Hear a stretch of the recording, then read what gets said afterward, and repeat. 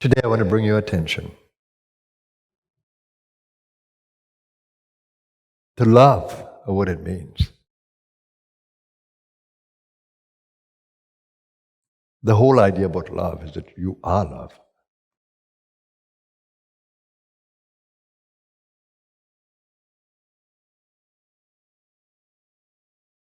Do you hold yourself in that space of love? Do you understand what that means?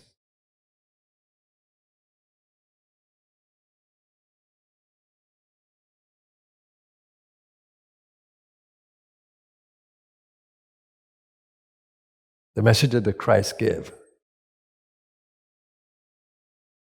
was 2 commandments.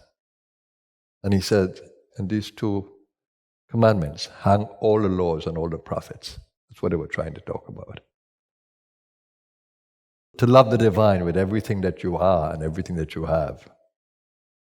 And to love your neighbor as yourself.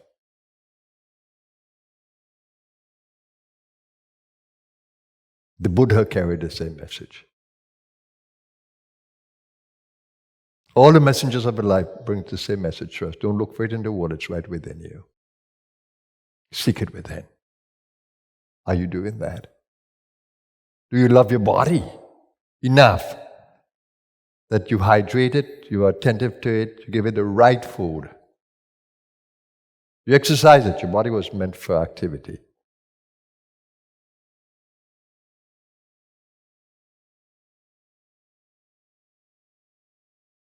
Do you love your body enough? And not only that, can you immerse your body, every cell? And you can feel every cell. Every cell is producing heat. The warmth that you feel in the body is the presence of cells. They're mitochondria.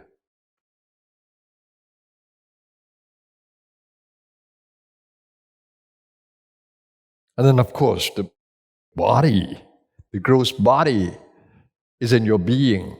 Do you see the gross body as different to you? Or do you think that you are the gross body? That you cannot see it as apart from yourself? Body is not you. It's what you wear. The Bhagavad Gita says that the body is like a suit of clothes. When it gets worn out and tattered, it's changed for another. You live in the awareness that you are not the body, but you are the light within your being, that immortal self. That's what meditation is all about. The experience of your inner power. Or do you give your power away to everybody? You go looking for love in the world, and when you don't find it, you're disappointed, heartbroken. Or can you be established in your own love? Can you find that love within, that you're always, always loving? Are you always, always loving? And to what degree do you give love?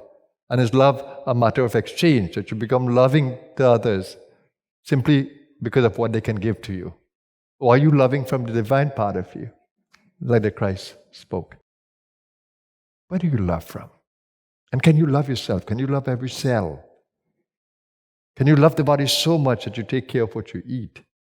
That your activity is governed by that love?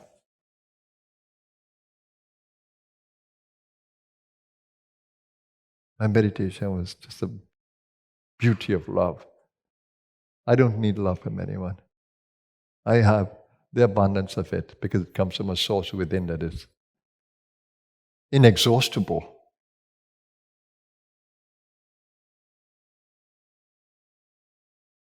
And love is not something physical for me. It's eternal. Because when we exist in love, we are existing in the eternity. The yogic wisdom is that you are not the body, but what are you? Sat Chit Anand. Sat is eternal existence. What in us exists eternally, unchanging, that is Sat.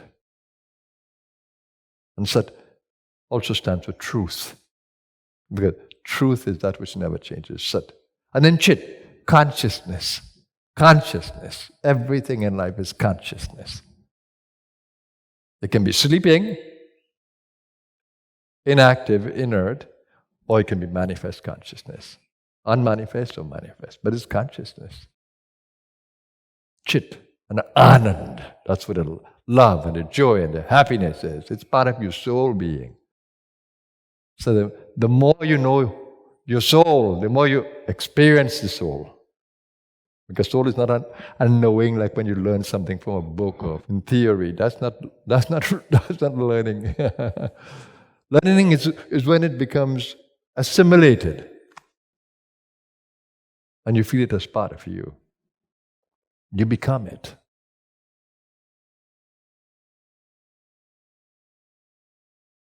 Can your every breath be a breath of love? Every time you breathe in, you breathe into the source of love. You breathe into the heart. Look where the heart chakra is situated. In the middle. The lower chakras are of the body, the upper chakras are of the mind and deep within. And this source that is beyond the mind also exists everywhere along your spinal column. So the crown, in the crown is, every chakra is in the crown. Every chakra, every center of being. The crown chakra is not a doing chakra. It's a being chakra. Doing is here, ego. The moment you say, I am doing, you're caught.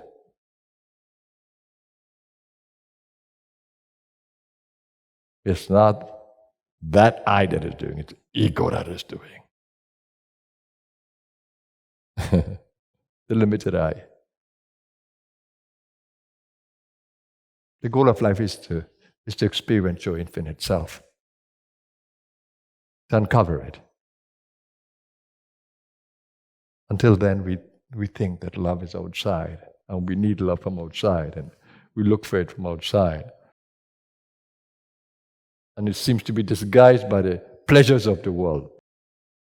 We get so much caught in the nervous system, the eating, the pleasuring of all kinds. That's not bliss. That's illusion of bliss. Real bliss depends on nothing outside. Absolutely nothing outside. Can you sit in your 20 minutes that we sit in the silence and go into that blissful state of being? Anandoham. It says, I exist in bliss. I am bliss. Anandoham, Anandoham. Sachet Anandoham. I'm eternal blissful being. Sachet Anandoham, Sachet Anandoham, Sachet Anandoham. We sing it like a song, so it becomes sing-song. But is it an experience in your being? Is it an affirmation of what you are?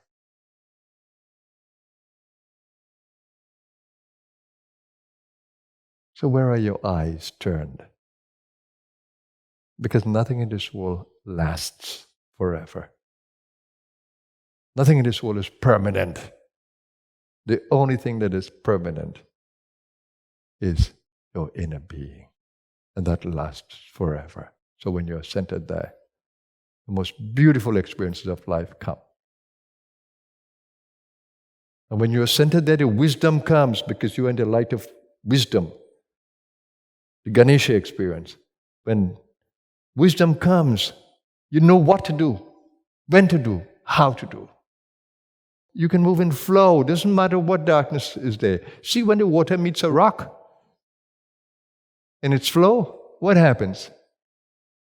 Can the rock stop it? No, it surrounds the rock. Polishes the rock. Rock can never stop it.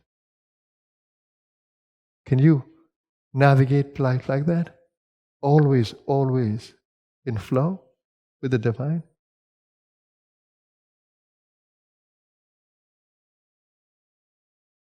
This is a dark world. It is a dark world. Are you really happy in trying to possess this world, control it, manipulate it? Are you really happy? Or are you exhausting your stock of merit that when merit is finished, only darkness comes? How are you using the merit of all your good deeds and all your practices? How are you using it? Are you building up? Are you building it up? Like putting money in a bank and then you can retrieve it? Or do you exhaust your merit by all the materialism that you get caught in? The selfishness. But I don't want to talk about the darkness. I want to talk about the light. We are the light. We are love. That's why it's important to surround ourselves with only those messages of truth and not illusion. Surround ourselves, if we can, by those beings who live in that state. Attune ourselves to them. That's how you become free of the Maya. That's what the Guru Gita says. Tells you how to become free of the Maya through the Guru principle. So that's my Sunday message to you. Hope it strikes some chord somewhere inside of you.